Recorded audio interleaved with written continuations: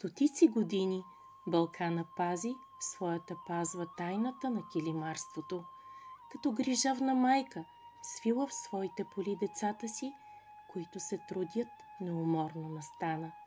Ден след ден кросното се навива, точно както и животът. И ето, днес няма го вече звънкия смях на младите килимарки. Не се чуват песните им, становете са притихнали. Сякаш всичко вече е изгубено, останало като далечен спомен от миналото. Но не, все още има надежда, защото в Берковица една жена, отдадена на магията на килимарството, продължава да създава красота. Ръцете й са златни, като името й Златка. Златка Михайлова Стойнова. Тя е живото човешко съкровище на Берковица.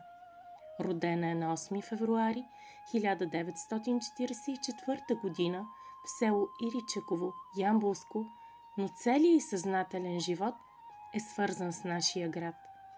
Приема ни в своя дом, за да ни въведе в тайните на занаята си.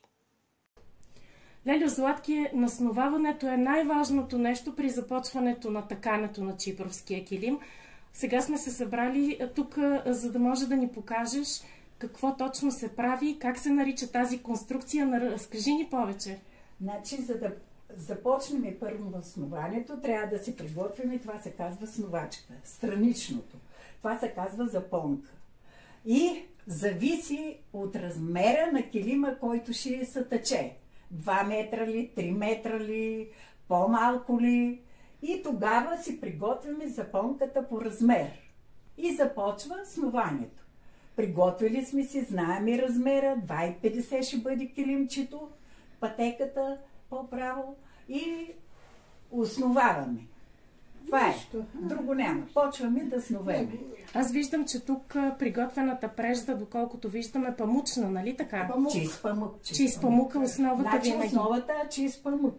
И се брой вече според размера на 1 квадратен метър се слагат 125 квадрата. 125? Да. Ама някой път се слагат и по-малко, когато преждата е по-дебела или е по-тънка повече. Айде, тук са... И тук сега започваш да броиш, така ли? Не. Не се брои сега. Сега се снове, аз сега първо ще основа 80 квадрати. Така.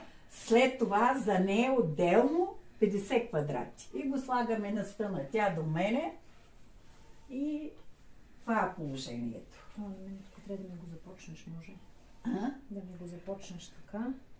И така ли беше? Да, и го издърпваш. 4. Айде, готово. 4. Сети се. Да, ама приятно съм го хванала. 4. Сега основаваме, вие сядайте спокойно и си седите, докъде основеме, после ще прекъснеме, да насновеме другото, но ги слагаме заедно на една запонка, защото не може да се снове различно. Златка. А тази... 63 години с това се занимавам. От 60-та година.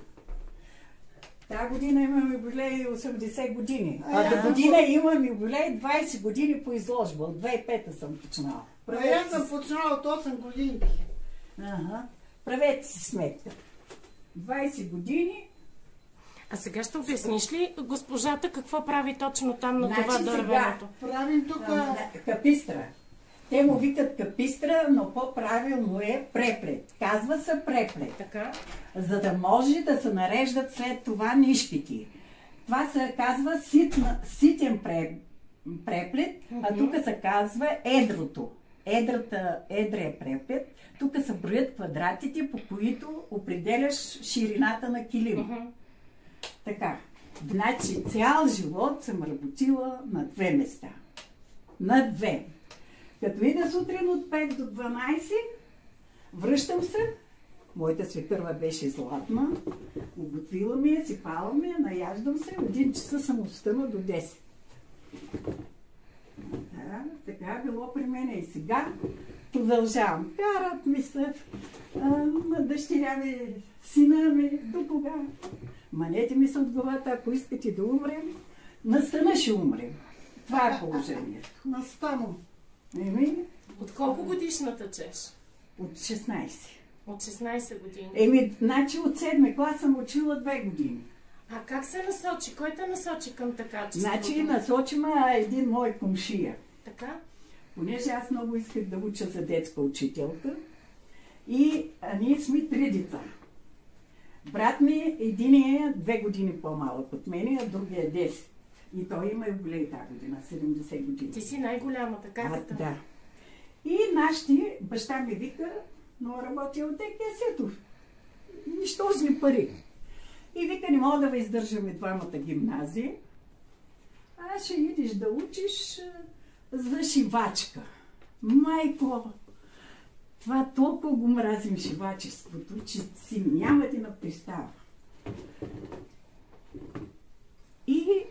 И аз съм седнала и нищо не дава да се запиша от гимназията. А бех силна ученичка. Не съм била някаква смотана, да не знам. И днеска си такава. Отракана. Живота ма се сипа. Не ми е бил добър живот. Всеки нещо препатва. И минава едно момче и викам, какво си седнала тук и ревеш? Викам, Пейо, ако знаеш, нашите ме пращат за шивачка, а ние имахме на времето машина шевна тия ръчники. Да. Тук свикърваме имаше, мама шиеше. А ако щете ми вярвайте, един ръб не съм минала на машина.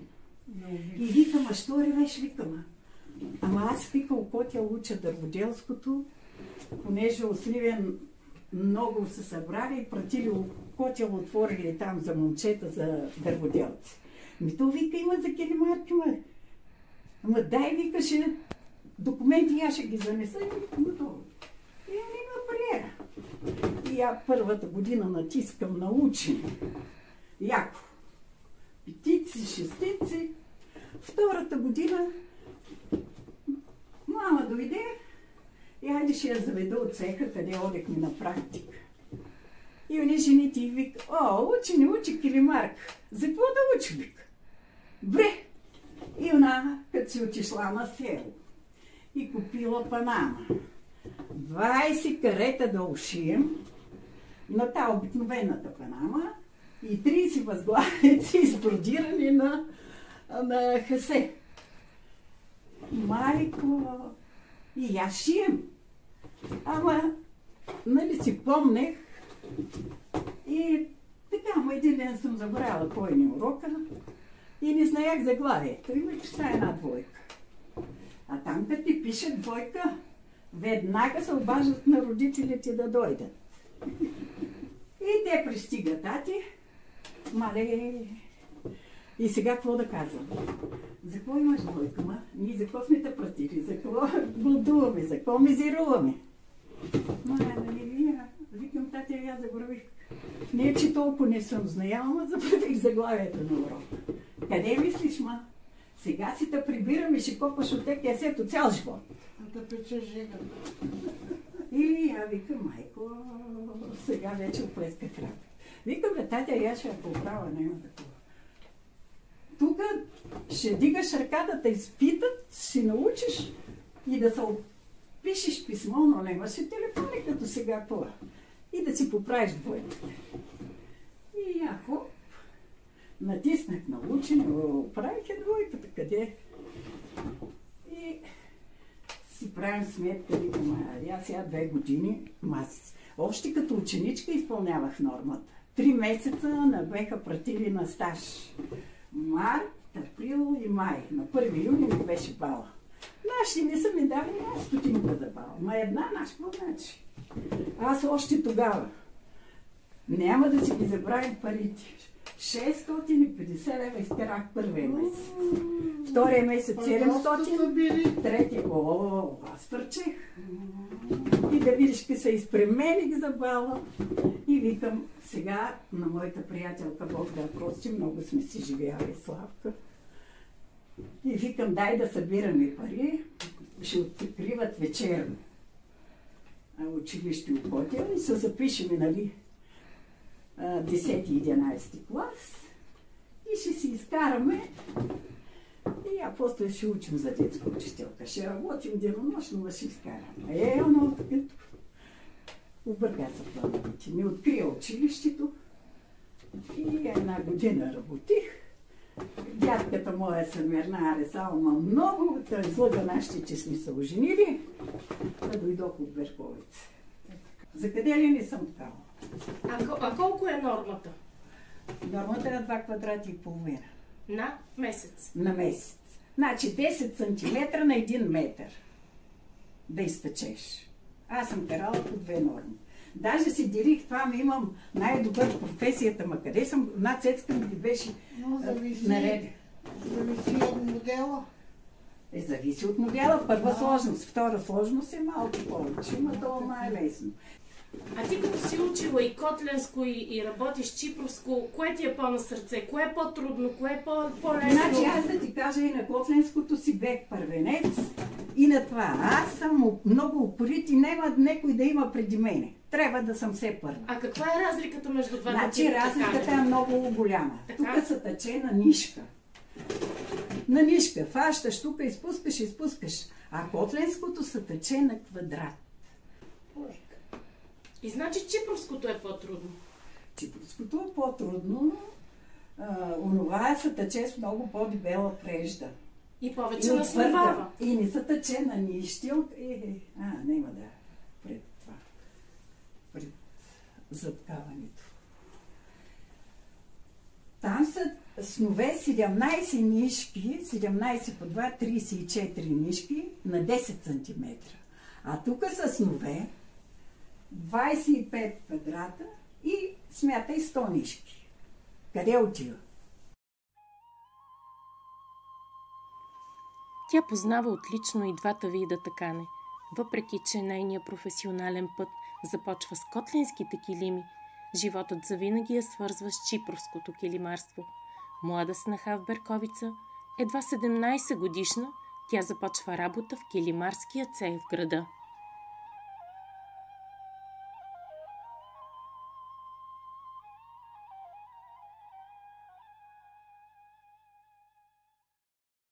И свекърва ми отишла да пита там, Натка Ненчева, ти знаеш ли? Знаеш. Ние ни приемаме. Обаче у нас пришнала сам до директора и рекла бе, Сандо, така и така, така и така. Снахата ни отдалече, цял ден дека не мога да успокоим, никой не познава. Те завършила килимарско училище. Те нека да дойде тук, там да се учи, айде да не плащате, само да си отбива времето. И той е казал, що ме е завършила, веднага да дойде още утре. И на другия ден свекърва ми ма води. Представяме, я бех най-млада от цех. Уни стамена, я знаете къде беше аптеката. Саравка, къде почина. Гичето една. Цеца Костенска. 10 моми се големи. 40 набор, 41. Най-малинка.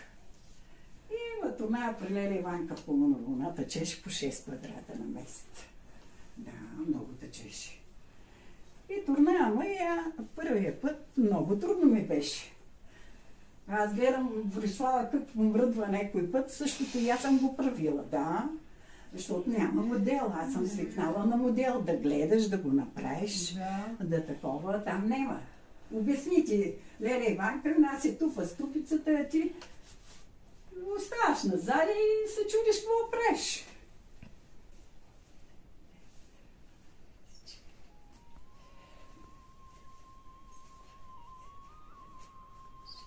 Въпреки трудностите на своята младост и неопитност, Леля Златка не се отказва.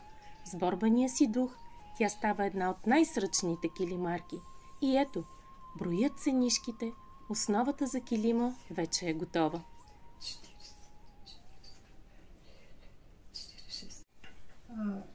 Те това хвани Златка. Чакай да го преметна 2 пъти, защото Така. Хвани винаги по 2 пъти връзвам да съм спокойна. Така. Това е много дълго. Това беше за големо, ама Да. ще говориш. Това го остави, няма да. Аз си го оправям после. Спокойно. Така. Опа.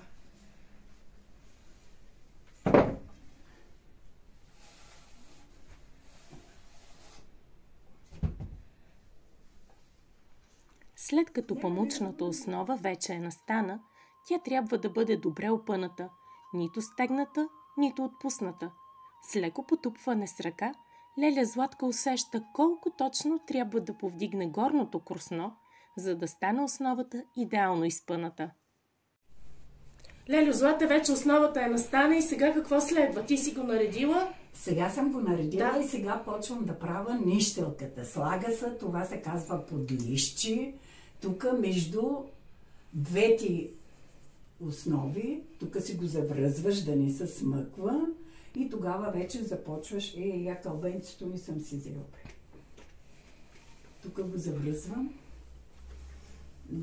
Що не, трябва някой да го държи, докъде правилно няма кой, аз сама и се го връзвам. Я дръж тук да го върши. Седни, не бой се.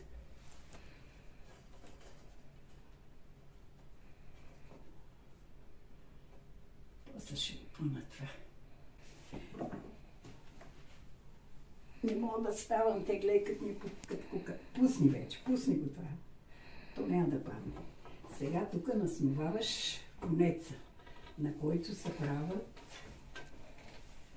Тя Борислава искаше, ама няма да я чекам. Нямам време я загубени, защото имам много работи. Той иска това, он е искал това, ще вземем да умрем, не съм си изпълнила на децата желанието. И сега този конец, защо е толкова важен? Какво значи, този конец е много важен, така?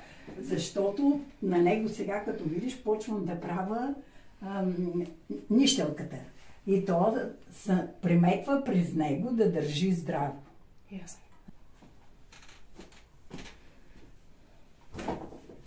Сега тук го закачаш, има едно пиронче. Това са...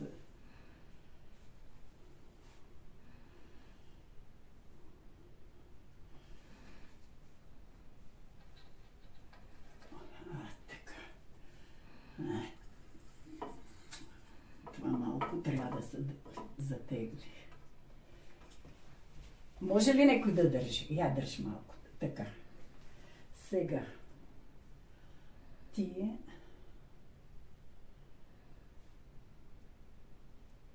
слагам две отпреди. Лаба. Трябва да го затегна още. Пусни да го фана. Чекай. Сега ще го фана неко. Ама ще го затегна. Трябва да сложи по две. Накрая винаги се слага 2 на 2. За да може да обтяга да... Значи да държи ивата здраво. Сега малко го фани да направя няколко пъти и ще го затегна. Лабаво тук. И тук винаги примяташ така. Няма значение от модела на килима. Този процес, който го правиш в момента, е един и същ за... Винаги е един и същ. Винаги. Няма значение модел, ширина. Това е задължително. Това е задължително. Без това не може. Да. А окотел няма нищелка. Окотел без нищелка се тъче. Няма го това нещо. После почнава да слагат едва ли са обмяна на опит и са видели, но там с нове много редко. И с пръстите избираш така отдолу. Да, няма нужда това зева да се получава. Слагат само цепците и край. Аз съм ткала 1 година там. И там бях първенец. Некой да има повече от мене. Другите момичета, родителите им дават пари, дават им това. Моята приятелка, баща й беше такъв строителен работник. У нас си работи, си изкарва и си ни дава зори, иди купи си вафлички, разхожда се, колко изкара. А я като седнем, братя, не ставам, като знам, че няма пари кой да ми даде. Сега следва, слагаме цепцици да се отвори зевта, затегаме и заткаваме. После се реди с една игла тук. По 2 цепци или по един? 2, един и долу, един горе. Един горе. Нали, ще го затъчеш долу, така не може.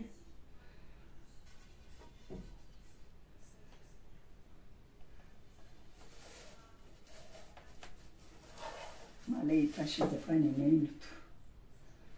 Трябва да го режа. Горният трябва да е малко по-дебел, да отваря зевта. Значи може и да са равни, но трябва да мога да, нали, като бръкнеш сега, тук да има къде да си мушнеш ръката. Казват му цепец, защото разтваря, разцепва нишките. Горният цепец е по-дебел от долния, за да отваря зевта, отвора, през който килимарката провира вътъка.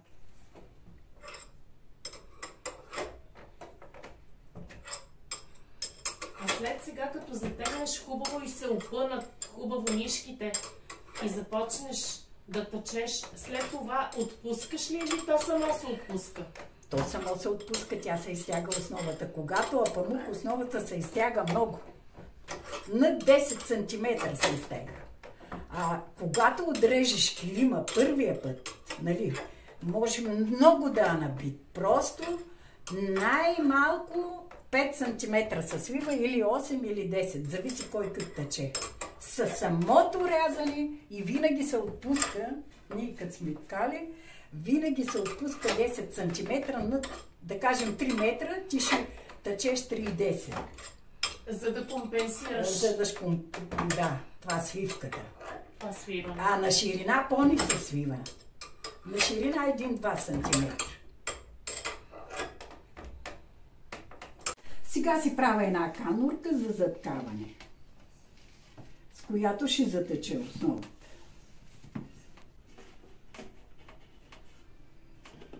И да видим, ще ме бъде готово.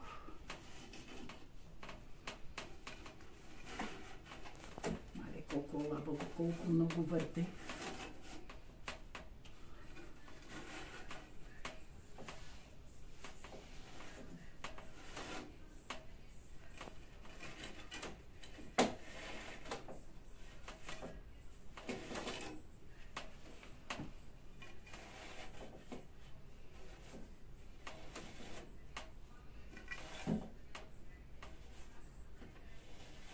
Сега влиза в роля. И сега влиза в роля тупицата. А сега влиза в роля тупицата и иглата за нареждане.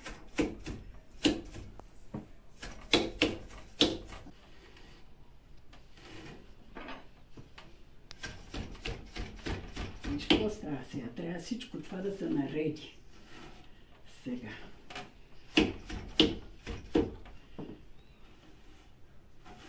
Защото става на места, гъсто на места редко. Да.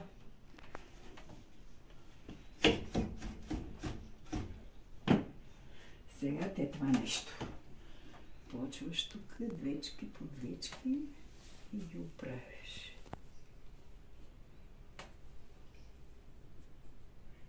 И напосле се разреждат със самата прежда.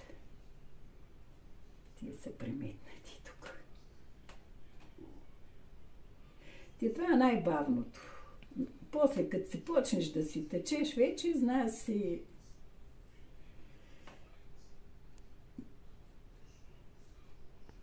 преждата и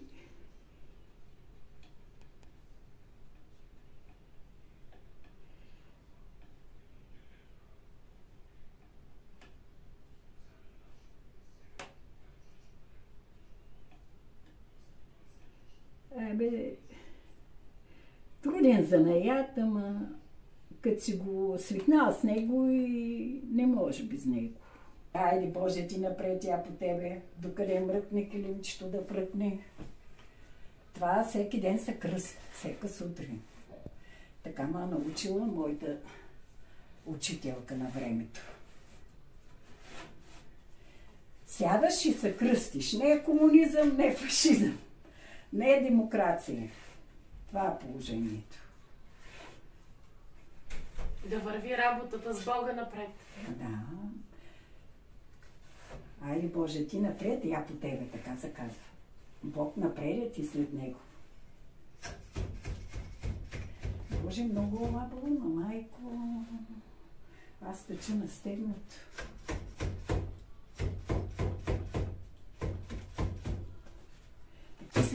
Свършихме с помощното затъкаване и вече започваш. Започвам вече с вълнената преща, почвам и вата на килима. Прави се 3-4 см, зависи от размера, нали? И след това се разбройват фигурките. Сега като направя лентичката и тогава почват фигурите.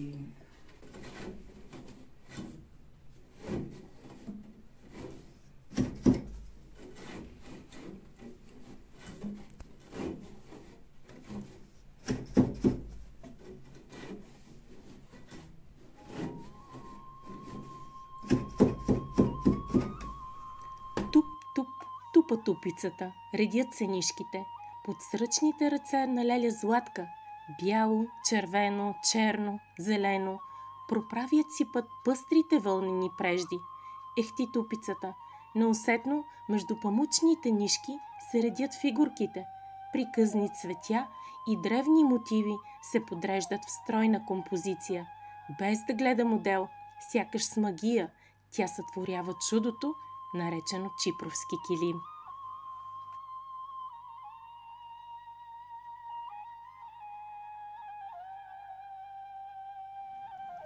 След месец неуморна работа настана, килимчето модел медальона вече е готово.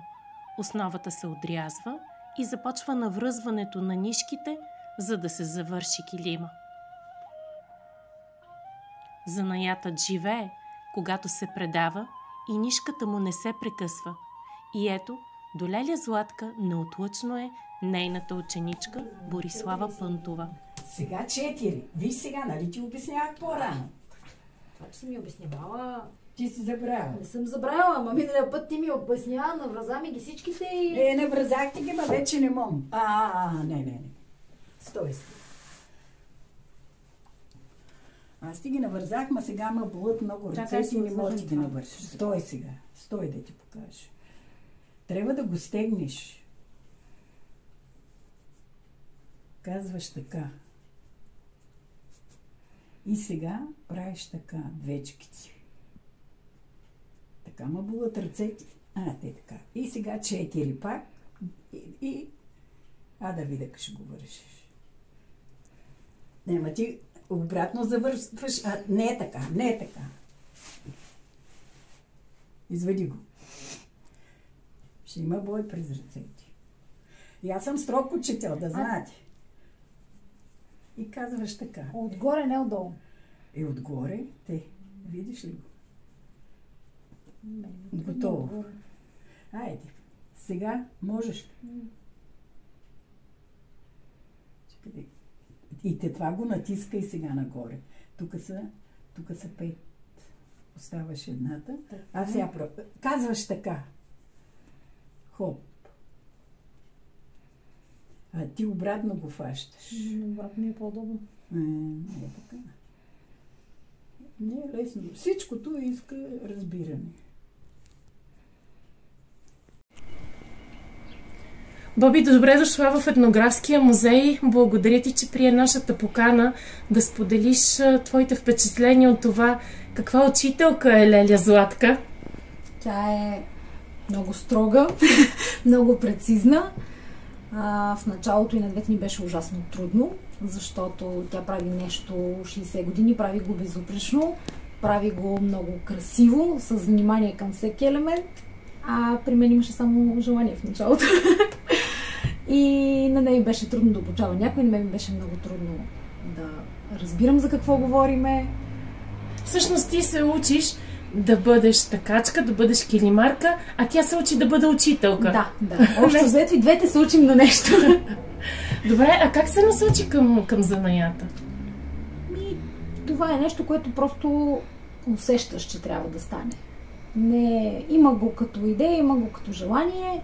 В годините много пъти не ми се получи, чисто поради или други причини.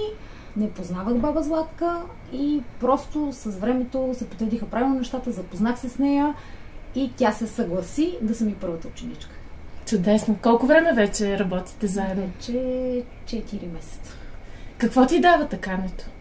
Какво е усещането? Удоволствие, спокойствие. Много, много е приятно. От баба Златка може да научиш много неща. При нея всичко е много прецизно. Всичко е със съотношение. Никога не се тъче нещо само защото е поръчано или само защото трябва да има наличност. Всичко е с много внимание. И сама по себе си тя е едно национално богатство като килимите. И ние сме много щастливи, че всъщност тя има на кого да предаде занаята и занаята ще е жив. Нали така? Надявам се. Надявам се да се справям добре и да успея поне до някаква степен да надградя това, което ми показва в момента. Сигурни сме. Благодаря ти.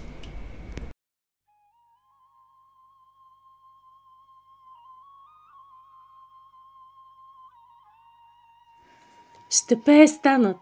Песента на тупицата няма да замлъкне. Златният занаят на Златка Стойнова ще продължи да живее в полите на Балкана.